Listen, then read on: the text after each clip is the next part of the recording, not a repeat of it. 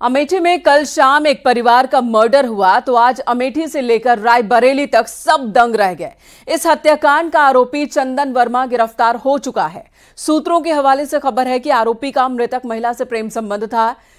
अभी पुलिस इस एंगल पर और जांच कर रही है। सुबह अमेठी में पोस्टमार्टम के बाद शव रायबरेली पहुंचे तो साथ में सांसद किशोरी लाल भी मौजूद थे।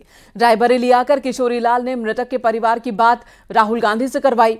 इसके अलावा यूपी सरकार के मंत्री मयंकेश्वर शरण सिंह भी घटनास्थल पर पहुंचे। तो वहीं जिस जगह पर हत्याकांड हुआ वो तस्वीरें भी हम आप तक पहुंचा रहे हैं।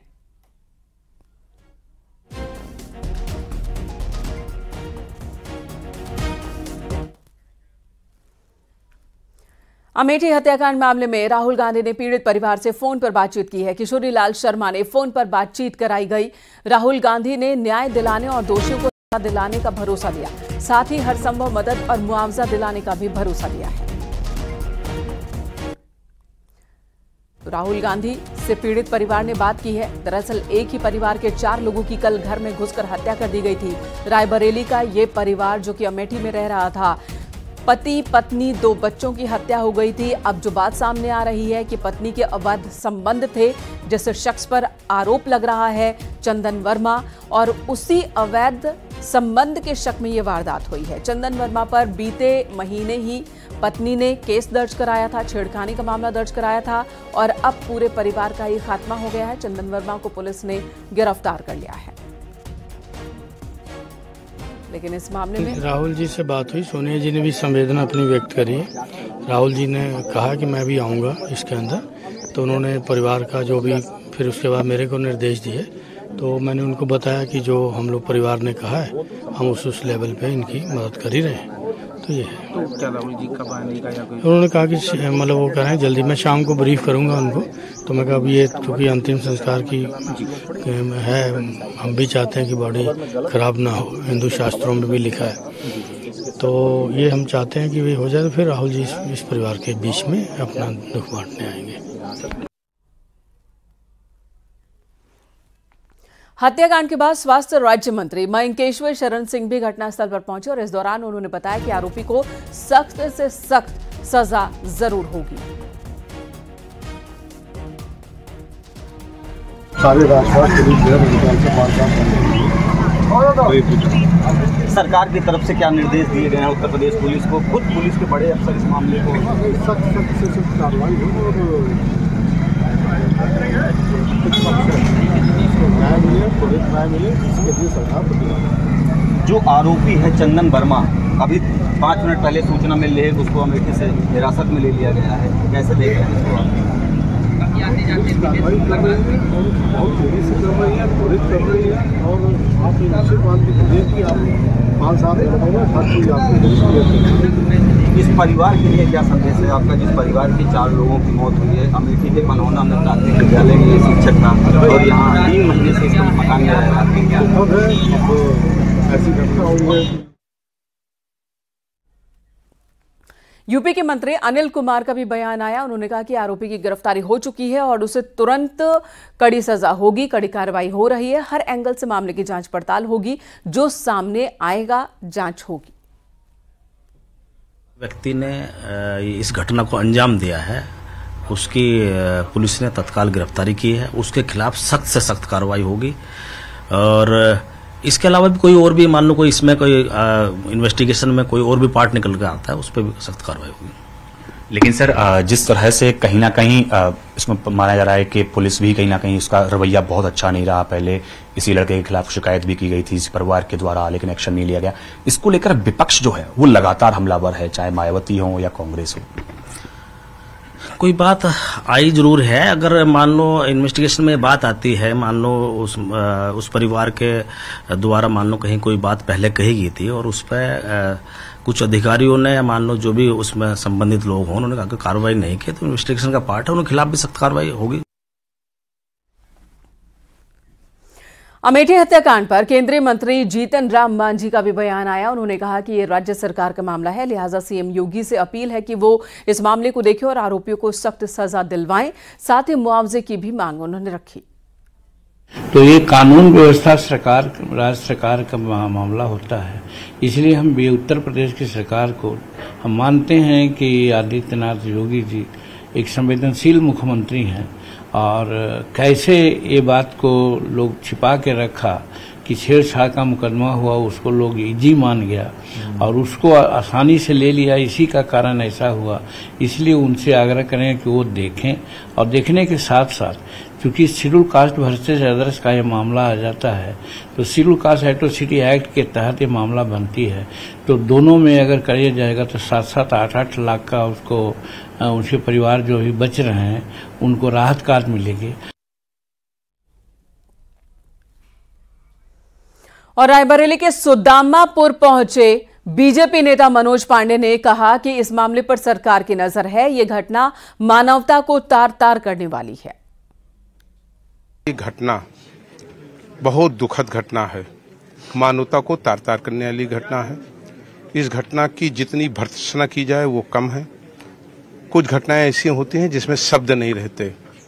एक परिवार ने न केवल अपने बेटे को बल्कि अपनी बहू को और 2 नाती को खोया है।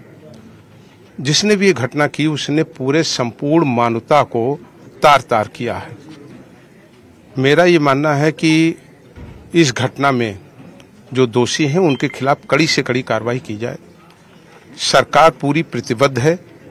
उत्तर प्रदेश के माननीय मुख्यमंत्री जी इस घटना के तत्काल बाद इस घटना का मिनट टू मिनट जायजा ले रहे हैं, समीक्षा कर रहे हैं। कई जनपदों की पुलिस को इसमें लगाया गया है। गाजियाबाद के थाना नंदग्राम क्षेत्र में कुट्टू का आटा खाने से 17 लोग बीमार हो गए, जिन्हें अस्पताल ले जाना पड़ा। इन लोगों के पास की ही आटा चक्की से इन्होंने कुट्टू का आटा खरीदा था। सूचना के बाद खाद्य विभाग की टीम पहुंची मौके पर। आटा चक्की से सैंपल कलेक्ट किया गया है और जो लोग बीमार हुए हैं उनका अस्पताल में इलाज चल रहा है।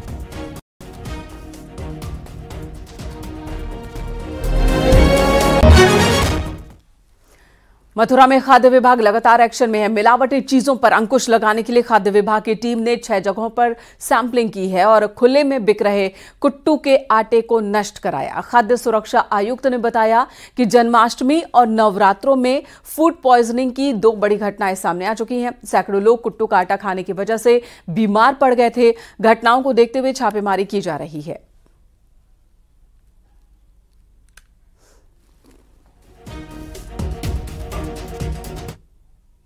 इधर नेपाल में हुई बारिश का असर गोरखपुर में दिखने लगा है। जिले की सभी नदियां खतरे के निशान से ऊपर बह रही हैं। राप्ती नदी तकरीबन 1 मीटर ऊपर बह रही है। जिले में 30 से ज्यादा गांव इस वक्त बाढ़ से प्रभावित हैं।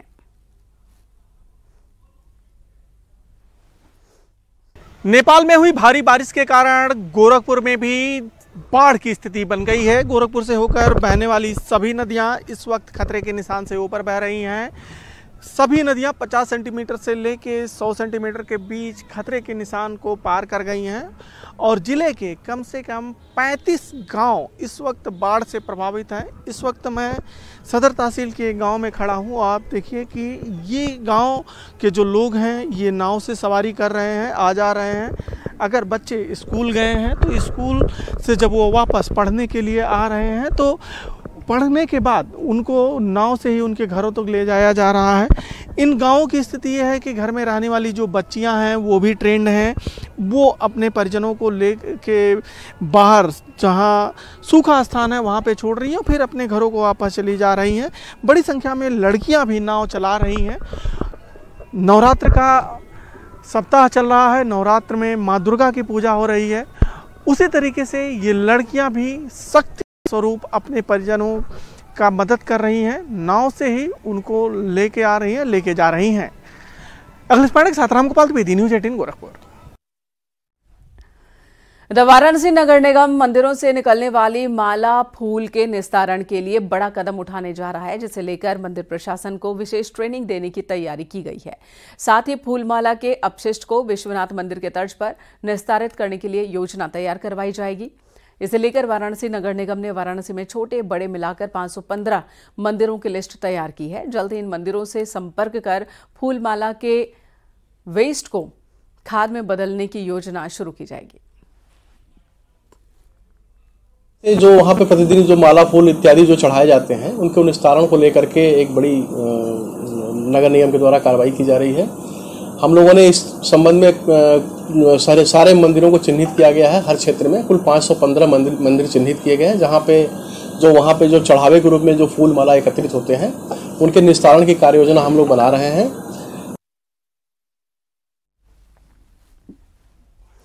मथुरा में पंचकोसीय परिक्रमा के लिए अब श्रद्धालुओं को आगरा दिल्ली रेलवे लाइन के ऊपर से नहीं गुजरना होगा। रेलवे शिवताल और पोतराकुंड के पास 2 अंडरपास बनाया जाएगा और इसके लिए उत्तर प्रदेश ब्रज तीर्थ विकास परिषद के उपाध्यक्ष शैलजाकांत मिश्र की अध्यक्षता में एक बैठक हुई है।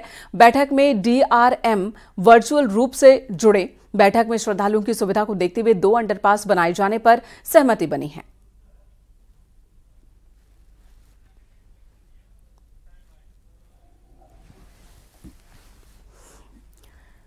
बहराइच में समाजवादी पार्टी के नेता की बेकरी पर पुलिस ने छापेमारी की और छापेमारी के दौरान जुए की फड़ का खुलासा हुआ है। तकरीबन 42,000 रुपए कैश, 2 तमंचे, 10 बाइक, 13 मोबाइल फोन और ताश के पत्ते बरामद हुए। पुलिस ने 10 लोगों को गिरफ्तार किया है, जिसमें SP नेता की पत्नी भी शामिल है।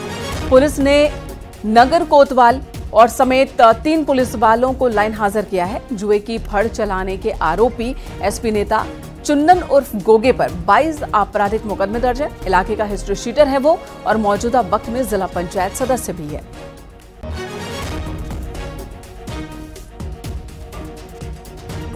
वहाँ पर पुलिस द्वारा दबिश दी गई और जुआ खेलते हुए 12 लोगों को मौके से गिरफ्तार किया गया। कुछ अन्य लोग पुलिस की टीम को देख के भाग गए, पर वो अपने वाहन और मोबाइल फ़ोन पीछे छोड़ गए। तो 13 मोबाइल फ़ोन्स की बरामदगी हुई है, 10 वाहन वहाँ से बरामद हुए हैं, ताश के पत्ते, 41,550 रुपये नगद और इसी के साथ साथ 2 वहाँ पे जो उपस्थित जुआ खेलने वाले लोग थे